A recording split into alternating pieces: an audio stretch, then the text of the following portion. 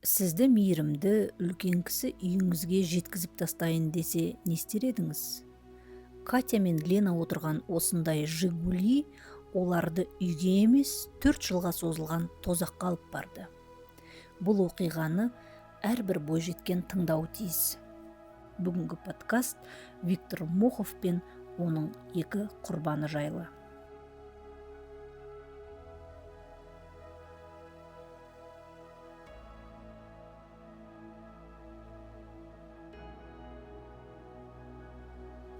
Армысыздар тыңдармандар. Бүгін баяндайтын қылмыс мен үшін өте ауыр. Бұл подкасттан кейін сіз өмірге басқа көзбен қарап, жай ғана таза ауаның, судың қадірін түсініп, өміріңізді бағалап кетуіңіз мүмкін. Оқиға 2000 жылы Ресейдің кішкентай ғана Скопин деген қаласында орын алды. Бұл оқиға туралы естігендеріңіз де бар шығар, дегенмен естімегендер шок болары сөзсіз. Виктор Васильевич Мохов 1950 жылы Ресейдің Рязань облысы Скопин деген қаласында туған. Әкесі Василий Максимович жұмысшы, ал анасы Алиса Валентиновна хатшы болған. Оның өзінен 7 жас кіші қарындасы бар. Оқуды бітіргеннен кейін Виктор Мохов техникумда оқып, тау-кен шебері дипломын алған. 2 жыл әскерге барып келеді. Өз саласы бойынша қалада жұмыс таба алмай, Скопин автомобиль агрегаттары зауытында механик болып жұмысқа орналасады. Мохов жұмыста ең үздік жұмысшылардың бірі болып саналды. Бірнеше рет кәсіби байқауларда жеңіске жетіп, құрмет грамоталарын алды. Сонымен қатар Мохов Кеңес одағы коммунистік партиясының мүшесі еді. Мохов 20 жасында үйленеді, бірақ 3 айдан кейін ажырасып кетті. Себебі әйелі Моховтың анасы мен тіл табыса алмаған. Виктор бала кезінен отбасында қысым көріп өскен. Анасы өте қатал адам болған. Мохов оның қасында қой аузынан шөп алмастай бола қалатын. Әкесі де өте қатал адам болды. Ол жас кезінде көрші қызды зорлап, біраз жыл түрмеде де отырған. Ажырасқаннан кейін Мохов 2-ші рет үйленбеді. Оның қыздармен жолы болмады. Ол өте ұялшақ еді. Оған әдемі қыздар ұнайтын, бірақ әдемі қыздар оны менсінбейтін. Ал оған қараған әдемі емес қыздарды ол менсінбейтін. Сонымен әйел таба алмай, әйелдерді тек қана түсінде көріп, армандап, қиялдап, кәрі анасымен тұрып өмір сүріп жатады. Жасы 50-ге таяған кәрі жігіт Мохов бір күні жаңалықтардан Вятские поляны деген жерде Александр Камин деген кісі өзінің гаражының астында тігін фабрикасын ашып, онда әйелдерді құл ретінде ұстаған туралы естиді. Коминнің әңгімесі Виктор Моховқа идея тастайды. Менің де жер үйім, бос аулам бар, оның үстінде қолымнан барлығы келетін шебермін. Неге мен де осылай жасамаймын деген оймен 1997 жылы Мохов бункер қазуды бастайды. Анасына тұздалған қияр мен салаттарды сақтайтын жертөле, яғни погреб қазып жатырмын деп айтады. Оның керемет құралдар жоқ еді. Тек лом, күрек және шелегі ғана болған. Жұмыстан бос уақытында демалыс күндері қазғандықтан жұмыс өте баяу жүрді. Жалпы алғанда бункердің құрылысы 3 жылға созылады. Осы уақыт ішінде Мохов шамамен 5000 шелекпен 70 тонна топырақ тасыған. Бұл қиын іс болғанымен, оны алда күтіп тұрған рахат күндердің арманы қанаттандыратын. Ақыры бункер дайын болды. Ол жерден 6 метр тереңдікте, дыбыс өткізбейтін 3 бетон бөлімдерден тұрды. Олардың арасында тек сыртынан ашылатын темір есіктер бар еді. Ішіне электр қуатын тартып, қолдан вентиляциялық құрылғы жасады. Бункерді ешкім көріп қоймас үшін Мохов оның үстіне гараж салып қойды. Ал гараждың артқы қабырғасында бункерге кіретін шағын 70-70 сантиметрлік есік жасады. Моховтың анасы өте тынымсыз адам еді. Ол оны үнемі жұмсай беретін. Сөйтіп ол анасынан қашып, жалғыз өзі бункерге барып дем алып жататын. Ол жер Моховтың көңілінен шықты. Тыныш, салқын, дыбыс естілмейді, керемет.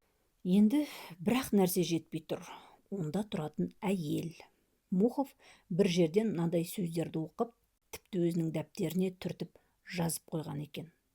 Қартайған иттер мен мысықтар жас жануарлармен қатынасқа түскенде өздері де жасара бастайды. Бұл қағида адамдарға да қатысты.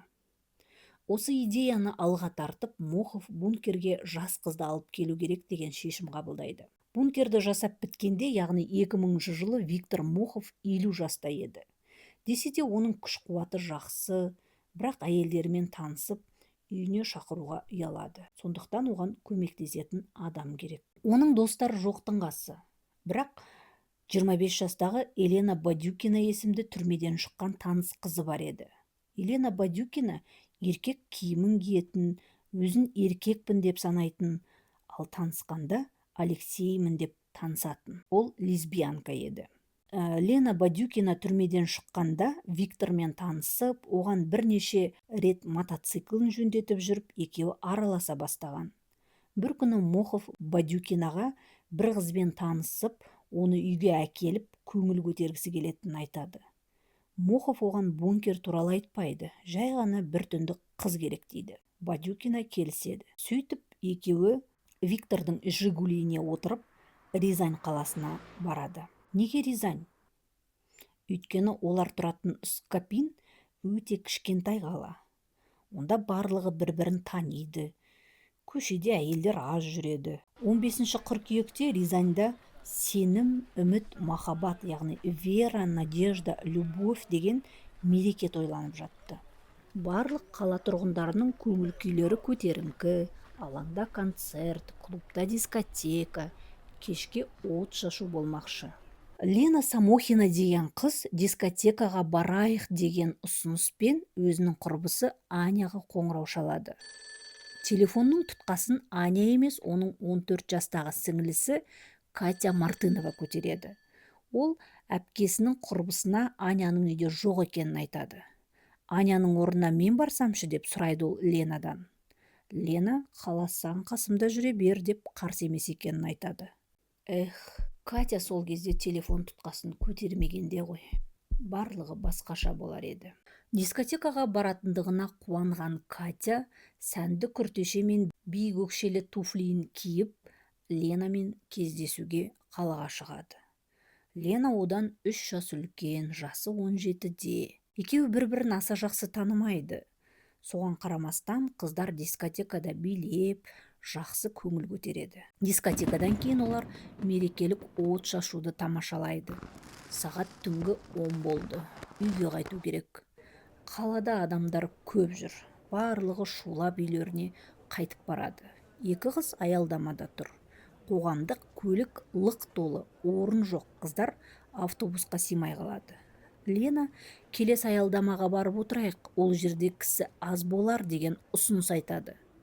Олар аялдамаға бара жатқанда қастарына көлік тоқтайды. Шетелдік көлік емес, қарапайым ескі Жигули. Көлікті үлкен кісі жүргізіп отыр, ал оның қасында жас жігіт. Қыздар, автобустар тоқтап қалды ғой, үйлеріңе жеткізіп салайық деген ұсыныс айтады жас жігіт. Катя Ленаның жауап бергенін күтті. Өйткені ол үлкен ғой. Жігіт көліктен түсіп, қыздармен менің атым Леша деп танысады. Ол арық, аласа бойлы, қарапайым жігіт болып көрінді. Қыздар келісіп машинаға отырады. Жигулиді жүргізіп отырған ағайдың аты Витя екен. Жолда жас жігіт дүкенге тоқтап, қыздарға шоколад, вино алып келеді. Леша өте көңілді еді. Қыздарды күлдіріп, анекдот айтып келе жатыр. Бүгінгі мейрам үшін ішіп қояйық деп қыздарға винодан дәм татқызды. Қыздарға виноның дәмі ұнамады. Олар шоколад жеп, су ішіп отырды. Біраздан кейін қыздардың тілдері күрмеліп, көз алдары бұлдырап, бастары айланып, ұйқылары келе бастайды. Бір кезде Витя ағайдың машинасы ағашқа соғылып, фаралары сынып қалады. Леша, мұндай фарасы сынық көлікпен қалада жүру заңсыз. Полиция көрсе айыппұл салады. Сондықтан Витяның гаражына барып, ауыстырып алайық деп айтады. Қыздар бұл жағдайға түсіністікпен қарап, қарсылық білдірмейді. Себебі олар бәрібір такси шақыра алмаушы еді. Оның үстіне жаңа таныстар оларға сенімді адамдар болып көрінді. Біреу мейірімді қалжыңбас жігіт, екіншісі басы таздау ата. Бұлар қандай зиян келтіре алады? Сонымен Катя мен Лена гараждың алдына келді. Олар өздерінің бостандықтағы соңғы сағаттарын жаңа ғана мерекелік отшашумен тойлағандарын сезіп тұрған жоқ. Мереке аяқталды. Мерекемен бірге олардың алаңсыз, бейқам өмірлері де аяқталуға жақын қалды. Темір есік тарс жабылды. Әлгі тазбас ата бірінші Катяны гаражға алып келіп зорлады. 14 жастағы қыз осылай пәктігінен айырылды. Ол басында жылап, айқайлап, қарсылық білдірді. Бірақ сүйкімді Леша қазір сені иттерге талатамын деп қорқытты. Сыртта иттер үріп тұрған болатын. Зорлап болған соң Виктор Катяға бір стакан самогон ішкізіп, оны бункерге қамап тастады. Катя бірнеше сағаттан кейін бірақ оянды. Қайта-қайта құсып жатыр. Қайда екенін түсінбейді. Бір кезде қасына Лена келді. Ол Витя ағайдың үйінде түнеп шыққан екен. Оны да Катя сияқты зорлаған. Лена таңертең Витя ағайдан Катя қайда деп сұрағанда, ол погребта жүр, барып шығарып аламыз деп алып келіп, сыртынан есікті жауып тастаған. Бункерге есіктен кіргенде алдында аласа дәліз тұрады. Оның еденінде люк бар. Және астында тағы бір кішкентай жасыл қабырғалы бөлме бар. Одан ары қарай қыздар отырған бөлме. Бөлме нағыз түрме сияқты. Терезесі жоқ, ауасы тар. Ішінде бірінің үстіне бірі қойылған темір төсектер, ескі матрастар, үстел, дәретхана ретінде пайдалануға арналған темір шелек қана бар. Сонымен екі қыз бункерде. Олар өздерінің қандай жағдайға тап болғанын әлі толық түсінбейді. Денелері ауырып тұр. Катя самогоннан уланған, құсып жатыр. Қазір Леша мен Витя ағай келіп, оларды үйлеріне жібермес бұрын тағы да зорламас екен деп қорқып, Құдайдан тілек тілеп отыр. Лена Катяны жұбатып, Катя, біз сұмдық жағдайға тап болдық, бірақ сен қорықпа. Бәрі жақсы болады, мұның бәрі аяқталып үйге ораламыз. Біз бұл күнді қорқынышты түс сияқты ұмытып кетеміз, көрде тұр деп қояды. Бір кезде жертөледе жарық мүлде сөніп, желдеткіш жұмысын тоқтатты. Қыздары үйге оралмағанын көрген Лена мен Катяның ата-аналары полицияға барады. 14 және 17 жастағы Катя Мартынова мен Елена Самохинаның жоғалып кеткендігі бүкіл Рязаньды дүрсілкіндіреді. Полиция бастапқыда оларға бұл жас қыздар ғой, түнде қыдырып кешігіп жатқан шығар, жақын арада оралады, тосыңыздар деп жұбатады. Алайда қыздар оралмайды. Рязань бойынша белсенді іздеу операциясы басталады. Қыздардың туыстары, волонтерлар, барлық құрылыс алаңдарын, ауруханалар, моргтар, кәріз құбырлары, нашақорлар жүретін жерлер барлығын қарайды. Ешқандай із жоқ. Парадокс. 30 қыркүйектің кешінде Рязаньда қаланың ортасында адамдар тобырмен жүрген. Бірақ Катя мен Ленаны көрген бірде-бір куәгер табылмады. Олар ауада еріп кеткендей болды. Жоғалып кеткен Мартынова мен Самохинаны жергілікті теледидар үздіксіз көрсетіп, әрбір қоршауға, әрбір шам бағанасына фотосуреттер бар плакаттар ілінді.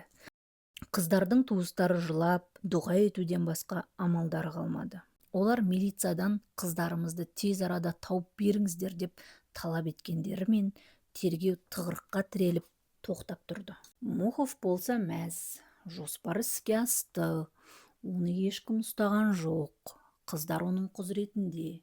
Оның ендігі мақсаты екі қызды өзіне бағындыру. Катя мен Лена Витя ағайдың бункерінде мәңгілікке қалғандарын қаншалықты тез түсінгендерін білмеймін, бірақ бастапқыда олар бар дауыстарымен айғайлап, жылап, орындықты қабырғаға соғып, біреулерді көмекке шақыруға тырысты. Бірақ барлығы бекер болды. Оларды ешкім естімеді. Мохов тұтқындарды мойынсұндыру үшін ең жақсы тактиканы қолданды. Оларды қорқынышта ұстады.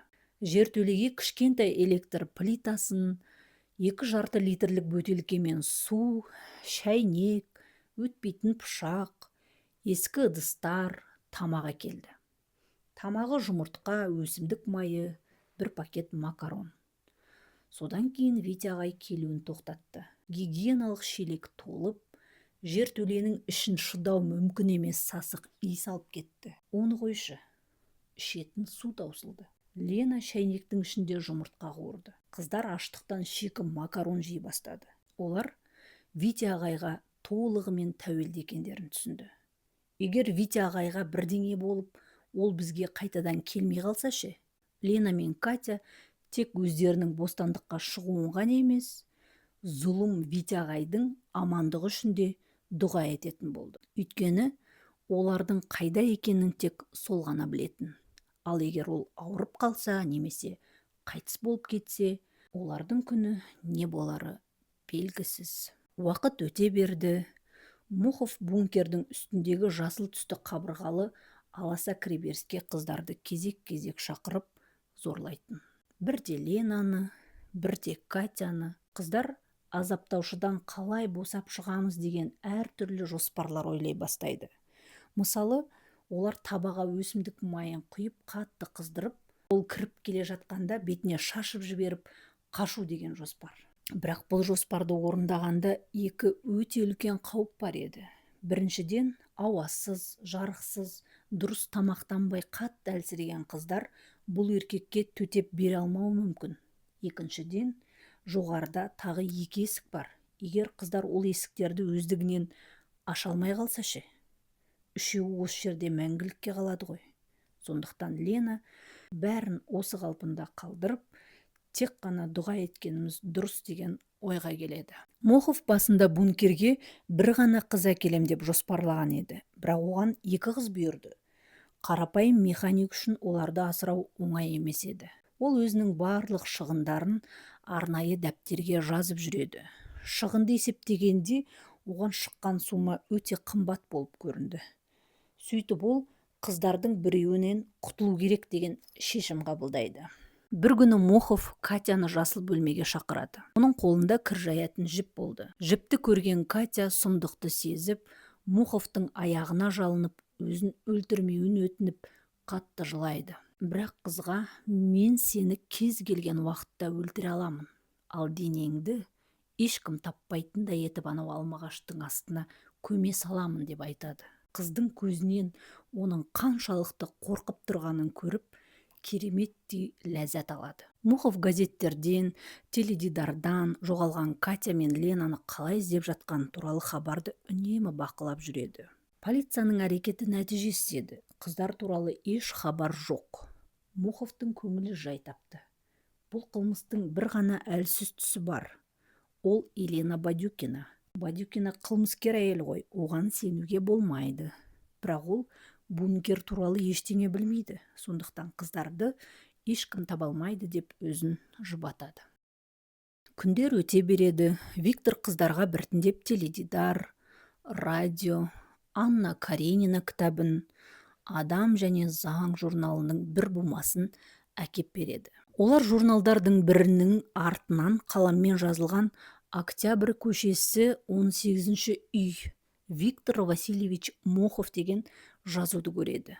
Сөйтіп Катя мен Лена өздерінің Витя ағайларының толық аты жөні мен мекен жайын біледі. Олар Моховты өз араларында сволочь деп атайтын. Катя да, Лена да Моховты қатты жек көрді. Олар оның даусынан, иісінен, әсіресе оның денелерін ұстағаннан жиіркенетін. Мохов үнемі бір киіммен жүретін. Үстінде қою қызғылт шақпақ көйлек, шалбарының түймелері ашық тұратын. Бірақ ол әрқашан сақал мұртын қырып жүретін. 2 апта сайын ол қыздарға жуыну үшін 2 банка су, ал пайдаланылған суды төгу үшін 2 бос банка әкелетін. Әрине, бұл су олардың шаштарын, денелерін таза ұстау үшін жеткіліксіз. Катяның шашы түсе бастайды, ал Лена шашын қиып тастауды өтінді. 3 күннен кейін көрге де үйренесің демекші, қыздар біртіндеп сондағы өмірге үйрене бастайды. Олар ең қарапайым тұрмыстық заттарға риза болатын болды. Сабын, тарақ, ыдыстар, тіс щеткасы. 15 жасқа толарында Катя Моховтан сыйлыққа бояу сатып алып беруін өтінеді. Ол жалаңаш әйелдердің суретін сала бастады. Катя қиялында Мохов мені емес суреттегі жалаңаш әйелдерді зорлап жүр деп елестететін. Солайша 15 жастағы қыздың психикасы өзін жынданып кетуден сақтаған болу керек. Сонымен қатар, осы стресстің салдарынан Катяның етек-кірі келмеген. Мүмкін табиғат оны осылай жүктіліктен сақтап қалған болу керек. Ал Ленаның етек-кірі келіп жүрді. Мохов оның етек-кірінің қай кезде келетінін есептеп жазып жүретін. Күндердің күнінде Ленаның аяғы ауыр болады. Ленаның жүктілігінің қалай өткенін елестету қиын. Ауа жоқ, су жоқ, үнемі тар жерде отырасың, сенде токсикоз. Витаминді қоя тұрып, тамақтың өзін мандытып жемейсің. Ешқандай медициналық бақылау, тексеру деген атымен жоқ. Мұндай жағдайда жүктілікті мерзіміне дейін көтеру қиын екені түсінікті. Жүктіліктен бір жаққа қашып кету мүмкін емес қой. Іштегі бала күн санап өсе береді, бірақ Мохов жүкті болу жыныстық міндеттен босатпайды деп есептейтін. Сондықтан ол Ленаны жасыл коридорға шақыруын тоқтатқан жоқ. Бір күні Катя Ленаға жаны ашығаны сонша, Моховқа Ленаның орнына мен барайын деп ұсынады. Сонда ол ашуланып, бункердің ішіне газды баллонды шашып, люктің есігін жауып кетіп қалады. Осыдан кейін тұтқындар бұл жауыздан барлығын күтуге болатынын түбегейлі түсінеді. Бункерде не істеуге болады? Бұл жерде күнде, түнде бірдей. Отыра бергеннен қыздар жүруді де ұмытып қалады. Қыздар жастар, маяк, радиостанцияларын тыңдайды. Бұл олар үшін ар жақтағы өмірмен байланыс орнатуға көмектесті. Бір күні олар жергілікті радионы тауып алып, өздерінің Скопин деп аталатын қалада отырғандығын түсінеді. Катя қабырғаға күннің, ну погодидегі қасқыр мен қоянның суреттерін салып қояды. Олардың күндері осы қабырғадағы күн еді. Лена болса, Мохов әкелген оқулықтан ағылшын тілін үйренумен айналысады. Катя қағаздан үй жасап, онда қалай өмір сүріп жатқанын елестетіп армандайтын. Поэзия азаптан туындайды демекші, ол өлең шығара бастайды. Өлеңдерінде Катя анасына былай деп жазған: «Мама, я твои глаза забыла. Мама, я твой голос не узнаю. Ты меня уже похоронила. Но живая я еще, живая». Екі қыздың анасы үміттерін үзген жоқ. Олар құмалақшы, карташыларға да барады. Бір көріп кел, Катяның анасына: «Екі қызда тірі, екеу жердің астында». Бірақ Катяға қарағанда Ленаның жағдайы ауырлау деген. Жердің астындасы несі деп анасы ештеңе түсінбейді. Бірақ тірі деген сөз барлығына үміт сыйлады. Расымен де Ленаның жағдайы жаман еді. Себебі оның босанатын уақыты таяп қалды. Екі қыз босану қалай болар екен? Бала дүниеге келгенде оны кім қарсы алады? Баламен не істеуіміз керек деп уайымдай бастайды. Оларда Витя ағай Ленаны босану үшін бәлкім ауруханаға апаратын шығар деген үміт болады. Бірақ Мохов Ленаны босатса, оның қылмысы ашылады ғой. Сондықтан ол қыздарға акушерстводан кітап әкеп беріп, оқыңдар, өздерің туасыңдар деп бұйырады. Олар кітапты қарап, ештеңе түсінбейді. Бар ұққандары, бала туғанда басымен келеді, оның кіндігін кесіп, жолдасынан бөліп алу керек дегені. Ал бала басымен емес, аяғымен келсеші, қан кетсеші, елестетудің өзі қорқынышты. Сол қорқынышты сәт бір күні басталып, екі қыз тұманда жүргендей болып, қиналып, жылап жүріп, өтпейтін қайшымен баланың кіндігін қиып, әйтеуір қуанышқа орай өмірге дені сау ұл келеді. Бала туғанда бала жарық көрді деп айтамыз ғой, бірақ Ленаның сәбиі қараңғы жерде дүниеге келіп, жарықты көрмейді. Олар балаға Владислав деп ат қояды. Владик тұтқасы жоқ ескі чемоданның ішінде ұйықтап жүреді. Үнемі жаялық жуып, жая бергеннен бункердің іші көгере бастайды. Неше түрлі жәндіктер қаптап, әсіресе түнде қоңыздар өріп кететін. Бірақ олардың бункерлерінде үнемі түн ғой. Десек те, түнгі уақытта қыздар беттерін жауып ұйықтайтын. Ленаның сүті аз еді. ал Мохов оған қосымша сүт алып берген жоқ. Қарны ашқан бала шырылдап, екі қыз әбден қажиды. Бір күні Мохов баланы өзімен үстіге алып, көп қабатты үйлердегі пәтерлердің біріне қалдырып кетеді.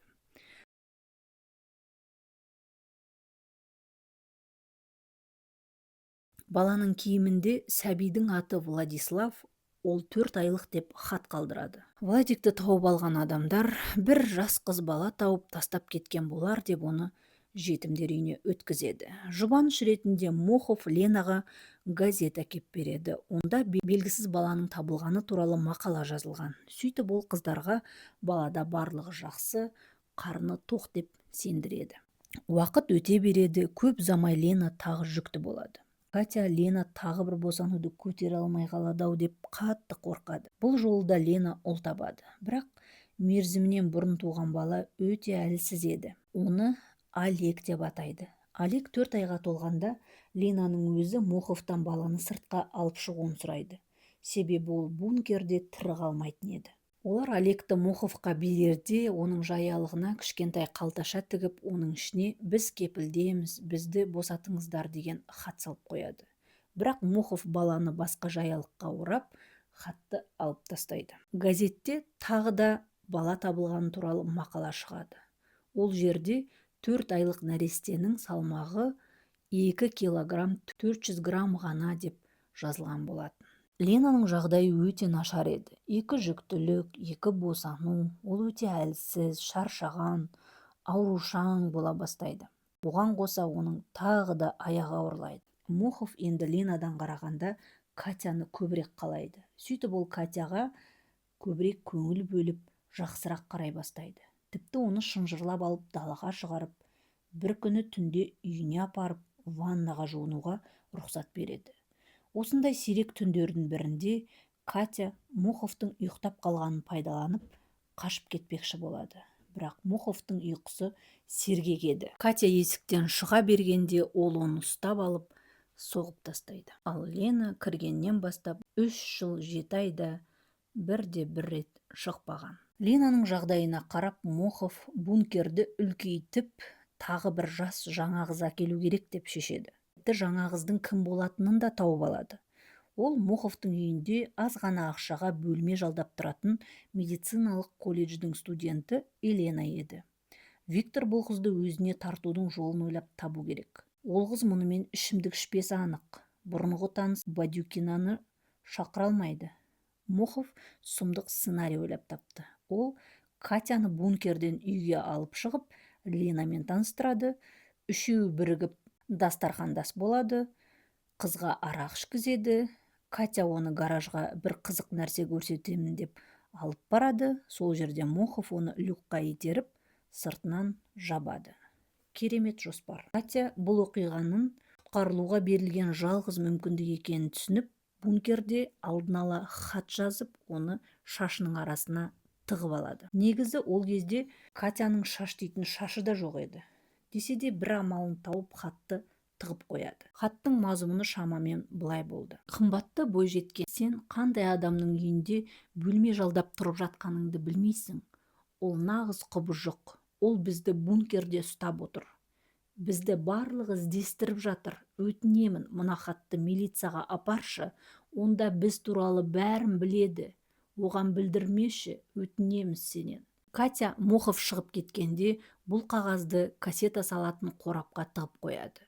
Мохов пен Катя қызды іштіргісі келгенімен ол ештеңе ішпеймін, ештеңе жемеймін деп бас тартып, жоспар іске аспай қалады. Тіпті қыз Катяға қарап, мына қыз біртүрлі ғой деп таң қалған. Себебі ол 3 жыл бұрын бункерге кірерде киген көк сасыған киімін киіп алған.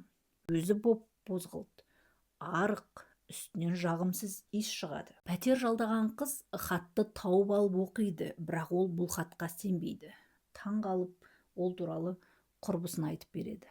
Құрбысы күйеуіне айтады, ал күйеуі полицияда жұмыс істейтін. Сөйтіп сыбыс тергеушілерге жетеді.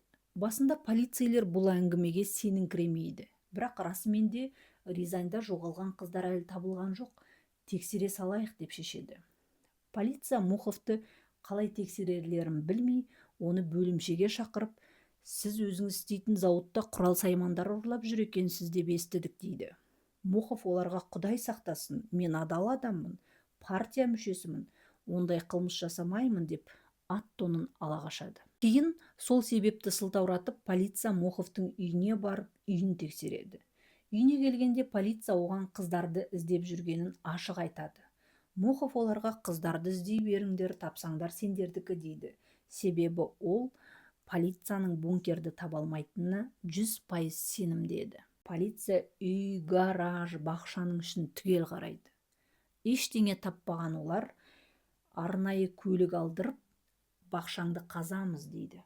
Егер олар бақшаны қаза бастаса, қыздар аман шықпасы анық. Сөйтіп қыздардың өліміне себепкер болғысы келмеген қылмыскер еріксізден бункердің қайда екенін көрсетеді. Полиция қыздарды бункердан қалай алып шыққандарын толықтай видеоға түсіріп алған.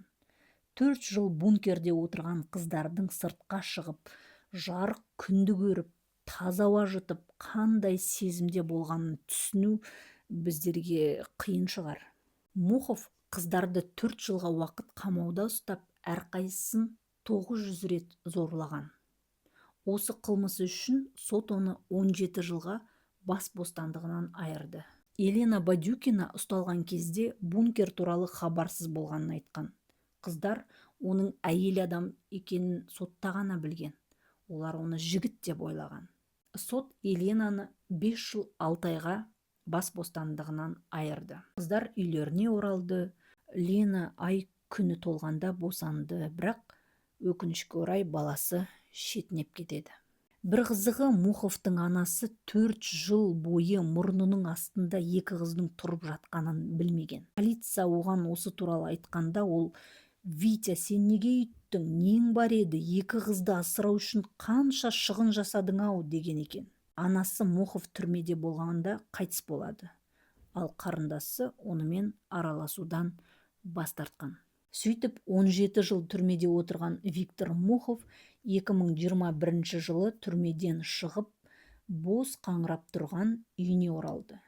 Қазір ол сол үйде өзінен 30 жас кіші, ащы суды сүйетін бір әйелмен бірге тұрып жатыр. Мохов шыққанда журналистер оған қызығушылық танытып, тіпті Ксения Собчак Моховтың үйіне барып интервью де алды. Интервьюда одан Ксения сыпайы түрде өз мінезіңіздің ұнамайтын тұстары бар ма деп сұрағанда, ол: «Жоқ, мінезім жақсы» деп жауап берді. Жасаған істеріңіз үшін өкінесіз бе деген сұрағына: «Мен аздап қана жолдан тайдым. Ондай кімнің басында болмайды» деп жауап берді. Интервьюда ол Ксенияға өзінің түрмедегі өмірі туралы баяндап берді. Ол жақта зорлау бабымен түскендердің ең лас жұмыстарды атқаратынын айтып, өзінің күнәсін толық өтедім, ол жақта бос уақытым болмай жұмыс істедім деген. Ленаға келетін болсақ, Лена алғашқы 2 баласын қайтарып алған жоқ. Себебі оларды көрсе, Мохов есіне түсіп, оларға адамша қарай алмайтынын түсінген. Ол балаларды жетімдер үйінен басқа отбасылар асырап алды. Ал балалар өздерінің өмірге келу тарихы туралы ештеңе білмейді. Себебі жетімдер үйінде мұндай ақпараттар құпия түрінде сақталады. Лена журналистермен мүлде сөйлеспейді, жасырын өмірді таңдады. Ол ағылшын тілі мұғалімі, күйеуге шығып, бала таппаған. Ал Катя болса, тұрмыс құрып, бір ұл және бір қызды дүниеге әкелді. Ол журналистерден қашпайды, басынан өткендерін ашық баяндап, тіпті сол оқиға туралы кітап та жазды. Бүгінде Мохов бостандықта. Ол өз күнәсін өтедім деп есептейді, ал оның құрбандары әлі де сол күндердің зардабын тартып келеді. Сіз қалай ойлайсыз? Мұндай ауыр қылмыс жасаған адамдардың қоғамға қайта оралуға құқығы бар ма? Немесе мұндай адам өмір бойы оқшаулануы керек пе? Өз пікірлеріңізді жаза кетіңіздер. Менің каналыма тіркеліп кетуді ұмытпаңыз. Назарларыңызға рахмет, сау болыңыздар.